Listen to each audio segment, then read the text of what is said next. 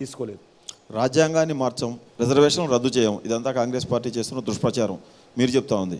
అయితే కాంగ్రెస్ పార్టీ గెలిస్తే, కాంగ్రెస్ పార్టీని గెలిపిస్తే మహిళల మెడలో మంగళసూత్రాలు తీసుకుపోయి ముస్లింలకు ఇస్తారు, హిందువుల ఆస్తులని దాక్కుపోయి ముస్లింలకు పంచిపెడతారు. ఇది కాంగ్రెస్ పార్టీ మేనిఫెస్టో లేదు, కాంగ్రెస్ పార్టీ నాయకులు ఎవరూ ఎక్కడ చెప్పలేదు.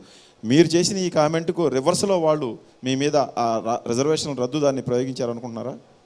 వారు ఏమన్నారంటే, మేము మళ్ళీ అధికారంలోకి వస్తే ఆర్టికల్ 370 రద్దు చేస్తాము, మేము అధికారంలోకి వస్తే డాక్టర్ బాబా ఇప్పుడు జమ్మూ కాశ్మీర్లో 75 సంవత్సరాలు జిన్నా రాజ్యాంగం అమలు జరిగింది. ఇద్దరు ప్రధానమంత్రులు, అనేక చట్టాలు, భారత రాజ్యాంగం జమ్మూ కాశ్మీర్లో అమలు జరగలేదు.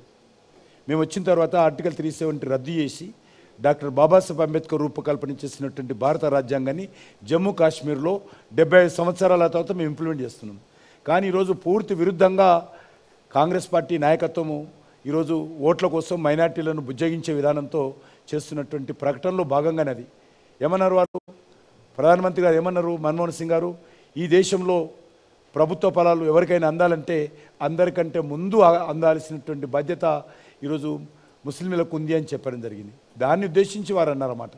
కాంగ్రెస్ పార్టీని ఇరకాటంలో ఇరుకుని పెట్టబోయి బీజేపీ ఇరుక్కుపోయినట్టు అనిపిస్తుందా? మేమేం అందులో, ఎందుకంటే ప్రజలు ఎవరు చర్చించుకోవడం లేదు, మీడియాలో చర్చ జరుగుతుంది తప్ప వాట్ ఈస్ ది కాన్స్టిట్యూషన్ ఏంటి, దేశంలో కాన్స్టిట్యూషన్కి ఉన్నటువంటి గొప్పతనం ఏంటి, దానికి ఉన్నటువంటి శక్తి ఏంటి అందరికీ, even schedule caste, schedule tribe, BC అందరికీ తెలుసు.